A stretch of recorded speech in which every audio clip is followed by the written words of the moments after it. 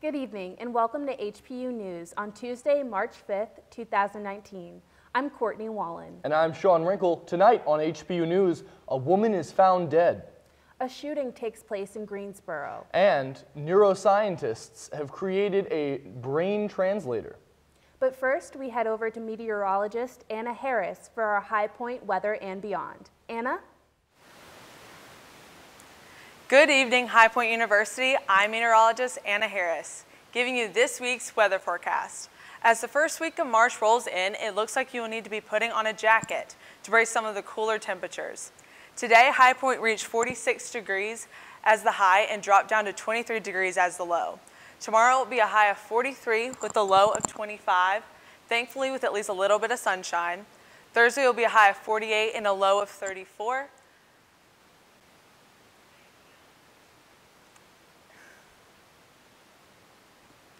Chance of rain with a low of 50 with a 70% chance of rain. This weekend will hopefully be giving us a sneak peek into more spring temperatures for the future with Monday at a high of 68. Now that we have looked at this 7-day forecast, let's take a look at our regional temperatures.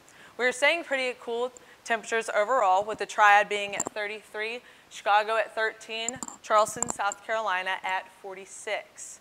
Now we are going to move on to our national temperatures, and it seems like majority of the U.S. is facing the cold along with us. Up here in the north, Syracuse is 17 degrees, Cleveland is 16, and International Falls is only 1 degree. Now moving on over to the west coast, we have Memphis at 20, now we have Las Vegas at 56, Phoenix at 59, El Paso at 42, and Portland at 30. Well, that is all the weather I have for y'all this week. Stay tuned next week, and now back to the desk.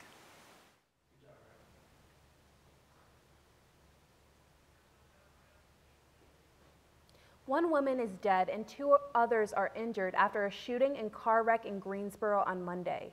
Police were called to the intersection of Patton Avenue and South Elm Eugene Street just after 4:30 Sunday afternoon.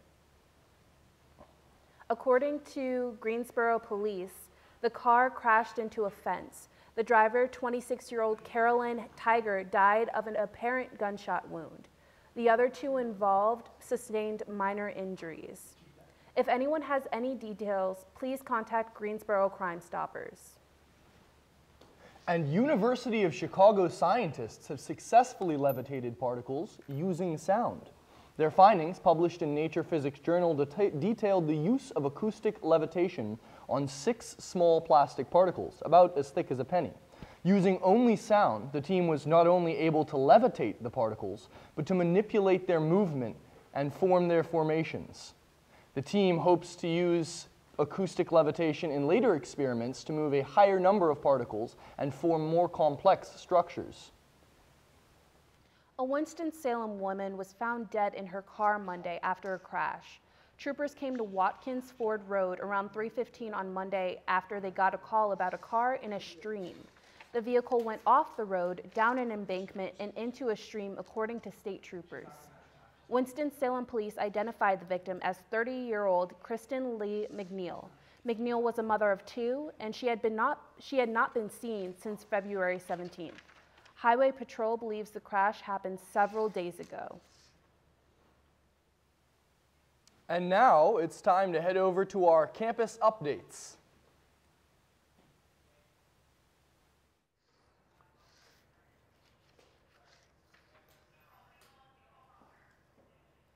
Hello and welcome to Campus Update.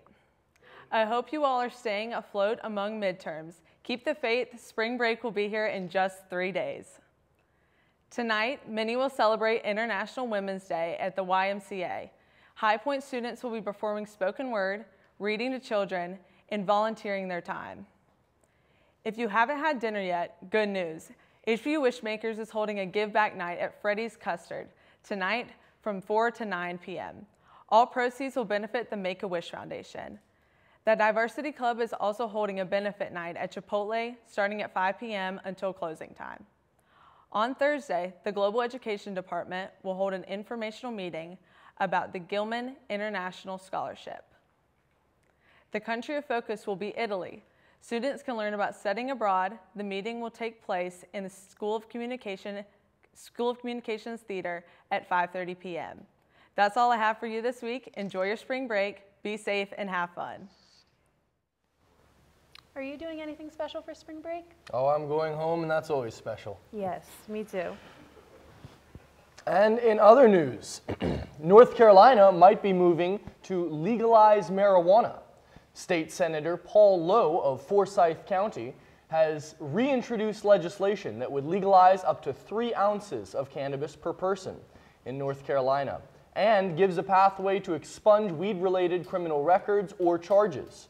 A similar bill that legalized 4 ounces was introduced in 2018 but was never heard by the Senate Rules and Operations Committee. If signed into law, the bill would go into effect July 1st, but that's dependent on a bipartisan joint effort. And some sad news out of Greensboro. The students, teachers, and coaches of Page High School are coming together as a football player fights for his life. The Page Pirates football team posted on their Facebook page, quote, hashtag prayers for 26. Sincere Davis of Greensboro is the player who wears that number. Principal Eric Nagel is asking to send thoughts and prayers and to respect the privacy of the family during this time.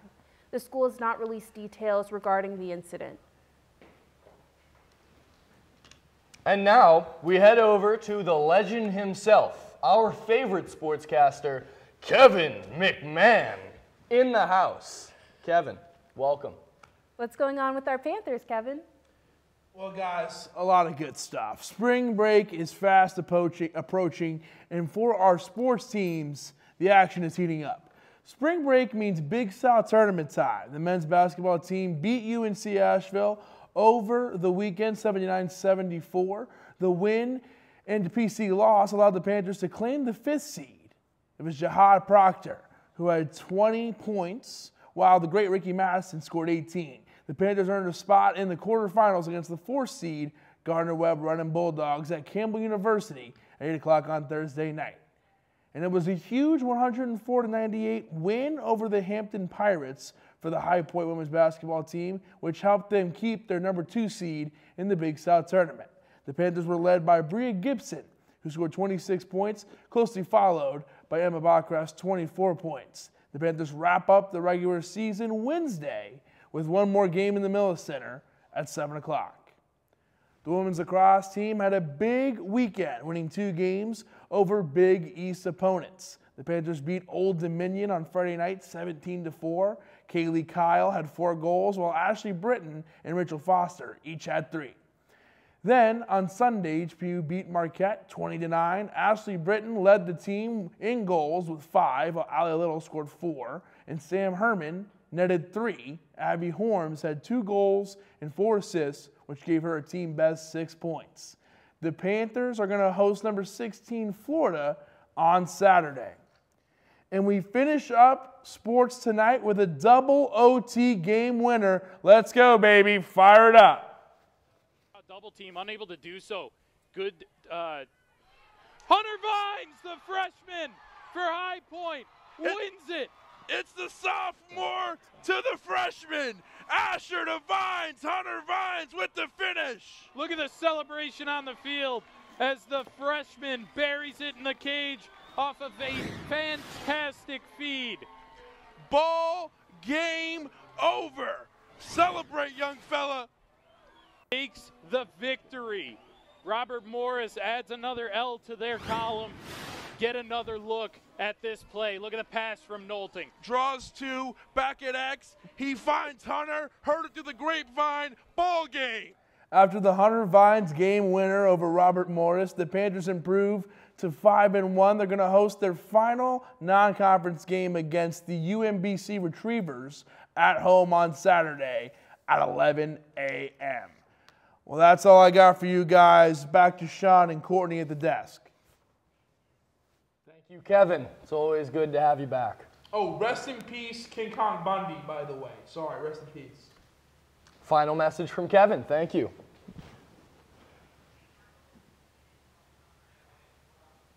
More after these messages. Stay tuned.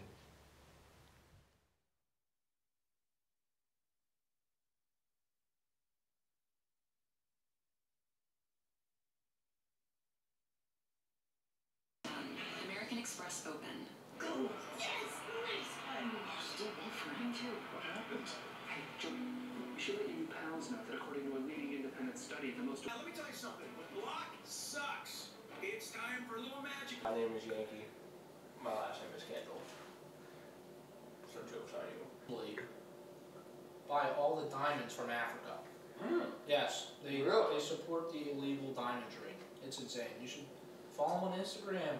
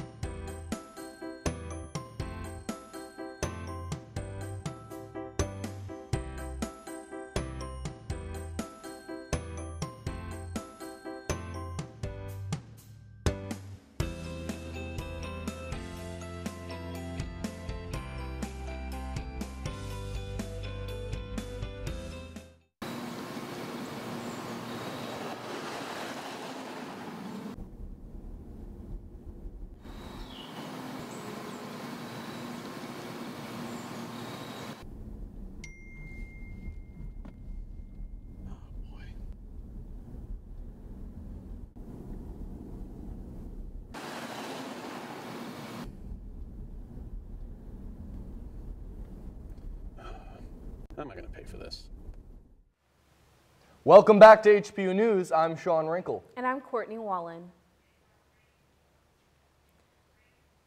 The $1.5 billion jackpot has finally been claimed. The South Carolina Lottery released a statement saying the winner chooses to remain anonymous. This is the second largest lottery in U.S. history. The winner chose a one-time cash payout of nearly $878 million, which is the largest payout to a single winner in U.S. history. South Carolina residents speculated for months why the winner hadn't claimed their prize. The winner had until April 19th to step forward. The entertainment world is buzzing this week. Let's turn it over to AJ Lloyd to tell us the scoop. AJ? Well, there has been quite a bit of drama between Khloe Kardashian and Kylie Jenner's longtime friend, Jordan Woods. There has been a lot of allegations that she and Khloe Kardashian's baby daddy, Tristan Thompson, hooked up over the Valentine's Day weekend. While Tristan immediately tweeted fake news on Twitter, Jordan talked about what truly happened on Jada Pinkett Smith's Red Table Talk. The 21-year-old said that she should have gone home after the party and didn't even initially know that the after party was at Tristan's home. Woods set the record straight by saying that she was intoxicated, but she never gave him a lap dance and never made out with him. She never left the public area to go to a bedroom or bathroom, and that they were in plain sight until she left. She wanted to be accountable for her actions and said she only kissed him on the lips. Shortly after the Red Table Talk was posted on Facebook Watch, Khloe Kardashian took to Twitter and called Woods a liar. She also emphasized that Woods was the reason for her family breaking up, even though Tristan was cheating on her for countless times. Many fans had their own opinion about how Khloe has been reacting to the situation. She seems to purely be taking this out on Jordan Woods. While Jordan claims she is truly sorry for what happened, she made it clear that she wants people to know both sides of the story. She understands that the family won't forgive her overnight, but she wanted to be heard. My name is AJ, and that's all for entertainment tonight. Back to you guys. That Jordan Woods story really is crazy. It's so crazy. Just absolutely insane. I can't believe it. Well, the summit between Donald Trump and Kim Jong-un drew a lot of attention and had many on edge, including the Vietnamese government. So much so that Vietnamese officials deported Howard X, an Australian comedian who resembles and impersonates Kim Jong-un. a day before the actual Kim Jong-un arrived in Vietnam. His comedic partner, Russell White, who impersonates Donald Trump, was not deported from the country, but was prohibited from public appearance. Months after Columbia University neuroengineers created a system that translates brain signals directly into speech, the FDA has published its first draft of guidelines for implantable brain-computer interfaces. Despite silence from politicians over the controversial technology, the spur in development, funded largely by medical and military interests, has motivated the FDA to take action. The FDA is expected to follow up with official guidelines for commercial regulation sometime later. This comes weeks after Chinese scientists successfully remote-controlled a lab rat using similar technology. That's all we have for you tonight on HPU News. Thanks for tuning in. I'm Courtney Wallen. And I'm Sean Wrinkle. Have a good night, and you stay classy, High Point.